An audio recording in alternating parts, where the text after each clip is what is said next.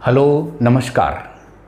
Physics one के digital platform पर मैं BL सारण आपका हार्दिक स्वागत करता हूं। आज की इस क्लास में हम कूलाम के नियम को पढ़ेंगे। जब चार्ज पास पास होते हैं या दूर दूर होते हैं, एक ही जाति के होते हैं, यानी एक ही प्रॉपर्टी होती है उनकी, एक ही नेचर होता है, अलग अलग नेचर होता है, तो उनके बीच में कितना फोर्स लगता है, ये बात कूलाम ने प्रूव करके बताई थी।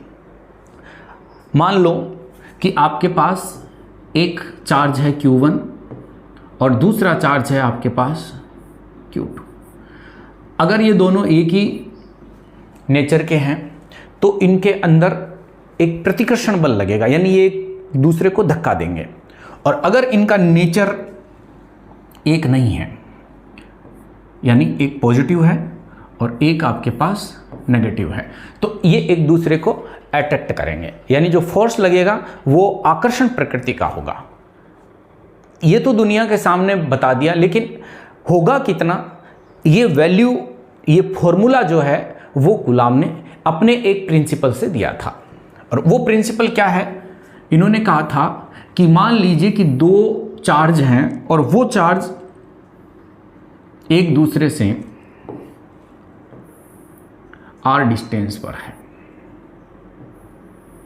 r दूरी पर है, r यहां पर डिस्टेंस है। तो कूलाम का जो सिद्धांत था वो क्या था,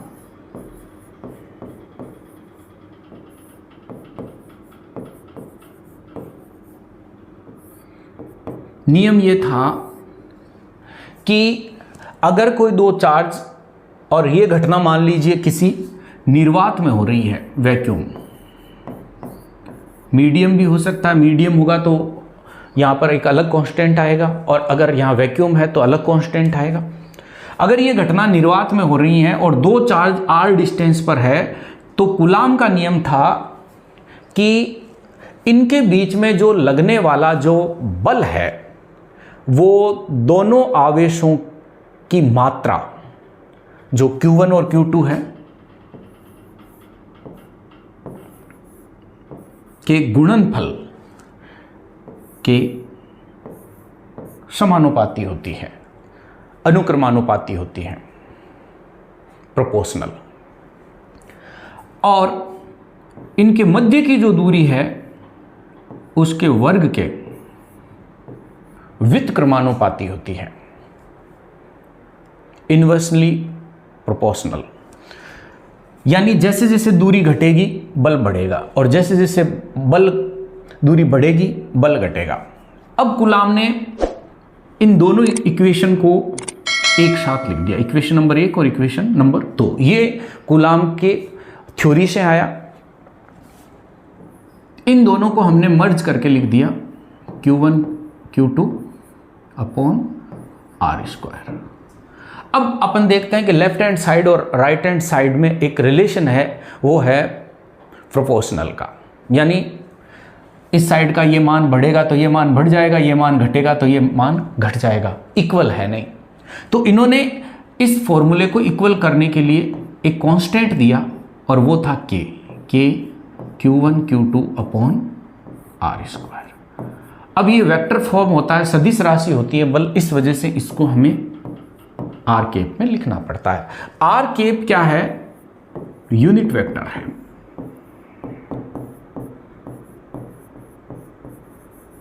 यूनिट वेक्टर क्या होता है, ये केवल डायरेक्शन को ही शो करता है, यानी कि इसकी जो बल की दिशा है ये इस जो r डिस्टेंस है उसके अनुदिश ही होगी, आकर्षण प्रकृति की हो चाहे प्रतिकर्षण प्रकृति की हो। उसके बाद ये घटना अगर निर्वात में घट रही हैं तो कूलाम ने k की अपनी एक वैल्यू रखी, 1/4 पाई एप्सिलॉन नॉट।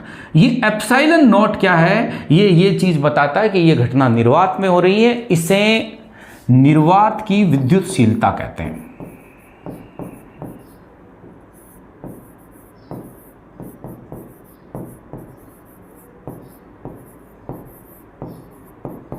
और अगर यहां कोई मीडियम होता तो इसे केवल एप्सिलॉन से लिखते।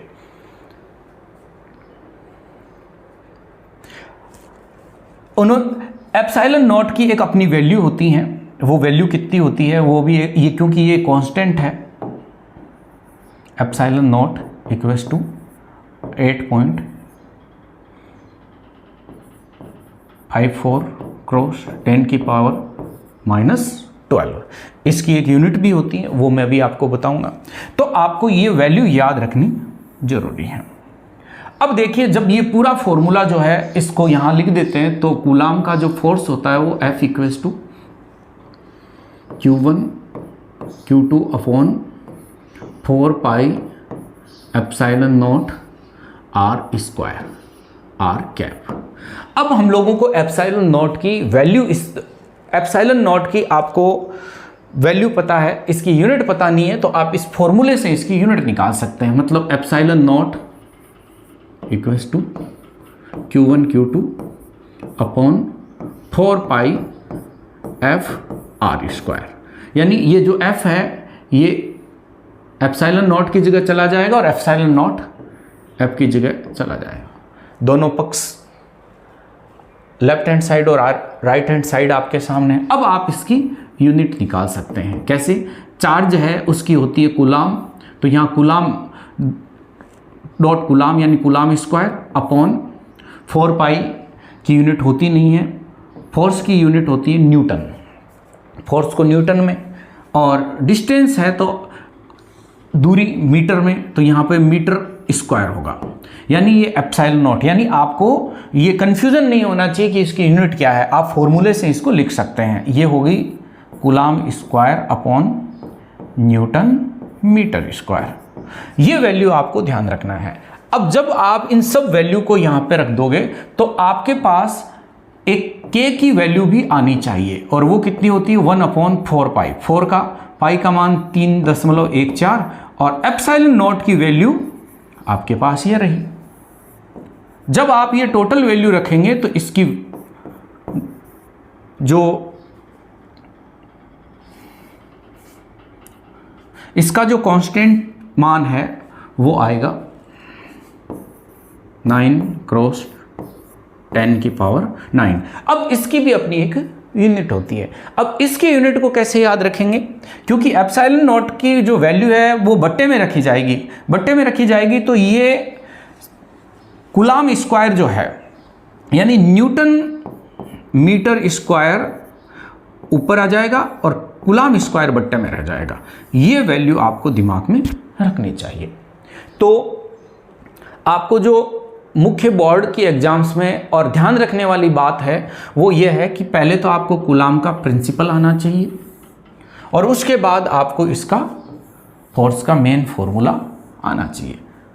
मेन फॉर्मूले के बाद बड़ी चीज़ आती है एप्सिलॉन नॉट की, तो आपको एप्सिलॉन नॉट आनी चाहिए, और उसके बाद आपको k की जो वैल्यू है वो आपको आनी चाहिए। अब हमारे पास जो एप्सिलॉन नॉट की वैल्यू निकाल ली हमने, k की वैल्यू निकाल ली, तो एप्सिलॉन नॉट भी आपके पास है, k भी आपके पास है, f भी आपके पास है, और f का जो मेन फॉर्मूला है फोर्स का वो है कि Q1 Q2 upon R square R cap. आपको कोई पूछ ले कि F बराबर 9 × 10 की पावर 9 न्यूटन कब होता है, क्योंकि ये मेन इंपॉर्टेंट क्वेश्चन है। आपको यहाँ पर जो 1 नंबर का क्वेश्चन आता है वो इसी से आता है। तब हमें ये ध्यान रखना है कि जब आपके पास Q1 और Q2 के मान 1 कूलाम हो और इनके बीच की जो डिस्टेंस R होती है वो हो 1 मीटर, तो आप सब वैल्यू रखोगे तो F इक्वल्स टू 9 × 10 की पावर 9 इंटू 1 अपॉन 1 का स्क्वायर, यानी एकांक मान। आप खुद देख लीजिए, यहां पर वैल्यू आ गई 9 × 10 की पावर 9, और ये किस में आएगी? न्यूटन में। ये एक सवाल बनता है कि आपको जब एकांक मान के आवेशों के बीच में 1 मीटर की दूरी हो तो उन आवेशों के बीच लगने वाला कूलाम बल है वो 9 × 10⁹ न्यूटन होगा। ये भी आपको एक याद रखनी है। अब एक चीज यहां पर आती है कि अगर ये घटना किसी मीडियम में हो, मीडियम का मतलब जानते हैं माध्यम में, यानी ये तो वैक्यूम का था। अब हम अगर बात करते हैं मीडियम की, तो मीडियम के लिए हमें ये ध्यान रखना है कि मीडियम को हम निकालना है तो आपको एप्सिलॉन नॉट के आधार पर तो हमने दे ही दिया। अब आप मीडियम में निकालिए। मीडियम में होता है ओनली एप्सिलॉन, तो माध्यम में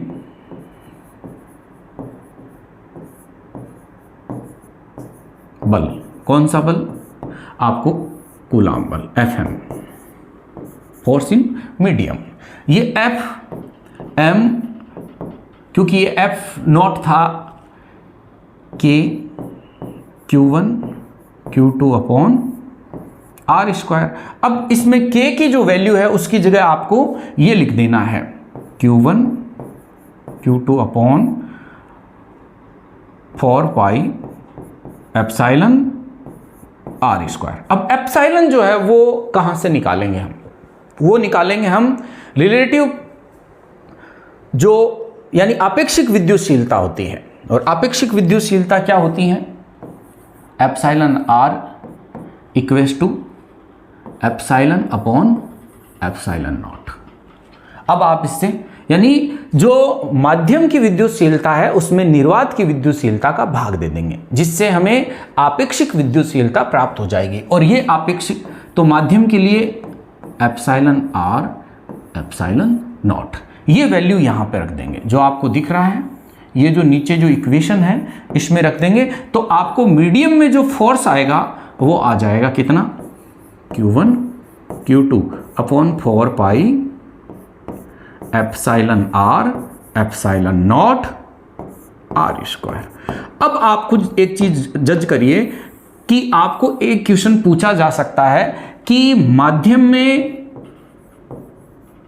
और निर्वात में, यानी वैक्यूम और मीडियम के अंदर कूलाम नियम जो होता है उसके जो फोर्स होता है उस फोर्स पर क्या निर्भरता होती है, उसका इफेक्ट क्या पड़ता है। तो हम एक चीज ये देखेंगे कि यहां पर मीडियम के लिए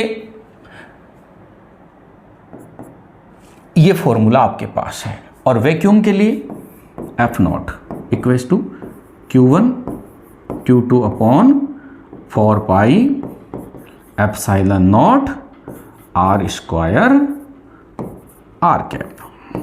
अब आप एक चीज ये देखिए कि मीडियम में जो फोर्स होता है वो कम हो जाता है। कितना हो जाता है? कम। यानी अपन ये देखेंगे कि Fm जो है उससे F0 ज्यादा है। और कितना ज्यादा है? 1 अपॉन एप्सिलॉन R गुणा। ये आपको ध्यान रखना है। तो हमारे पास 3-4 चीजें थी। कूलाम का नियम क्या है, उसका फॉर्मूला क्या है, मीडियम के साथ कूलाम के नियम को कैसे समझा जाए, और वैक्यूम के साथ कैसे समझाया जाए, और आपेक्षिक विद्युतशीलता क्या होती है।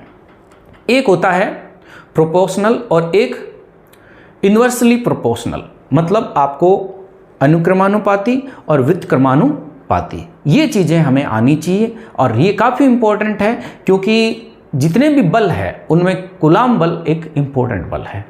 तो आपको कूलाम नियम को बढ़िया तरह से एक बार देखना चाहिए। और आपने देखा भी कि हमारे पास जो स्टार्ट में आपने देखा कूलाम का नियम, और उसके बाद हमारे पास कूलाम नियम की कुछ प्रॉपर्टीज़ जो थी जो हमें समझनी चाहिए। तो आपने देखा।